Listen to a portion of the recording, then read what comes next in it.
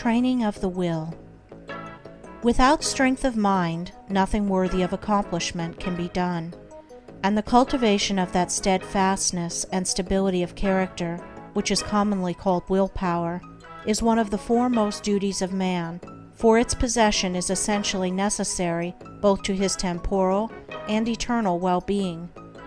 Fixedness of purpose is at the root of all successful efforts, whether in things worldly or spiritual, and without it, man cannot be otherwise than wretched, and dependent upon others for that support, which should be found within himself. The mystery which has been thrown around the subject of cultivation of the will, for those who advertise to sell occult advice on the matter for so many dollars, should be avoided and dispelled, for nothing could be further removed from secrecy and mystery than the practical methods by which alone strength of will can be developed.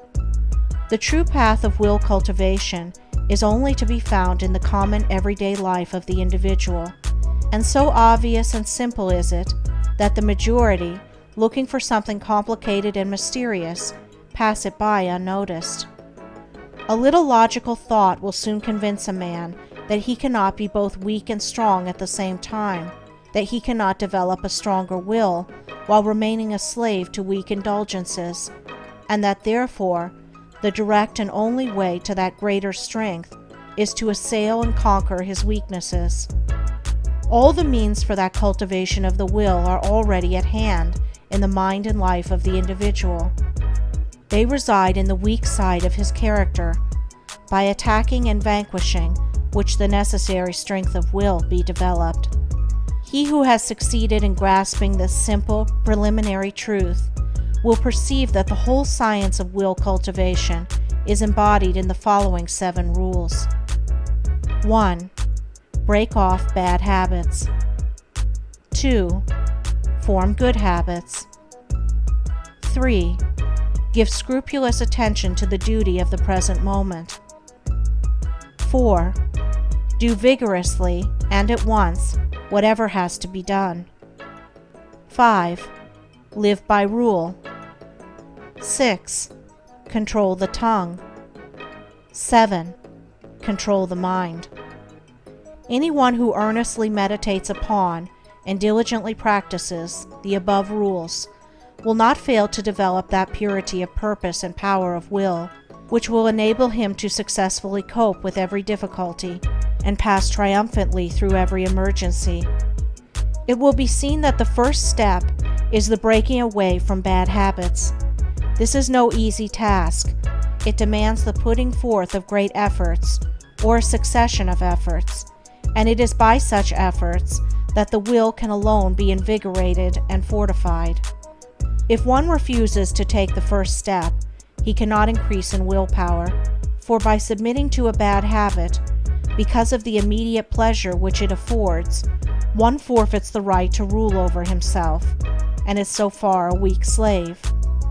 He who thus avoids self-discipline, and looks about for some occult secrets for gaining willpower at the expenditure of little or no effort on his part, is deluding himself, and is weakening the willpower which he already possesses.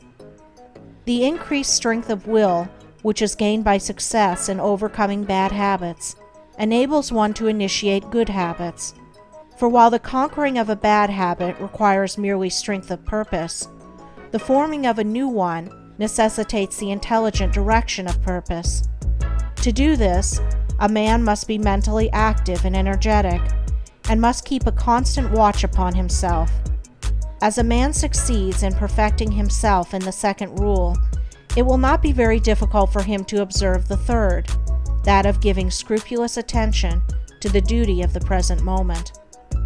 Thoroughness is a step in the development of the will which cannot be passed over. Slipshod work is an indication of weakness. Perfection should be aimed at, even in the smallest task. By not dividing the mind, but giving the whole attention to each separate task as it presents itself, singleness of purpose and intense concentration of mind are gradually gained, 2 mental powers which give weight and worth of character and bring repose and joy to their possessor. The 4th rule: that of doing vigorously, and at once, whatever has to be done, is equally important. Idleness and a strong will cannot go together, and procrastination is a total barrier to the acquisition of purposeful action. Nothing should be put off until another time, not even for a few minutes. That which ought to be done now should be done now. This seems a little thing, but it is of far-reaching importance. It leads to strength, success, and peace. The man who is to manifest a cultivated will must also live by certain fixed rules. He must not blindly gratify his passions and impulses, but must school them to obedience. He should live according to principle and not according to passion. He should decide what he will eat and drink and wear, and what he will not eat and drink and wear, how many meals per day he will have, and at what times he will have them, at what time he will go to bed, and at what time he will get up. He should make rules for the right government of his conduct in every department of his life, and should religiously adhere to them. To live loosely and indiscriminately, eating and drinking and sensually indulging at the beck and call of appetite and inclination, is to be a mere animal, and not a man with will and reason. The beast in man must be scourged and disciplined and brought into subjugation, and this can only be done by training the mind and life on certain fixed rules of right conduct. The saint attains to holiness by not violating his vows, and the man who lives according to good and fixed rules is strong to accomplish his purpose. The sixth rule, that of controlling the tongue, must be practiced until one has perfect command of his speech, so that he utters nothing in peevishness, anger, irritability, or with evil intent. The man of strong will does not allow his tongue to run thoughtlessly and without check. All these 6 rules, if faithfully practiced, will lead up to the 7th, which is the most important of them all, namely, rightly controlling the mind. Self-control is the most essential thing in life, yet least understood.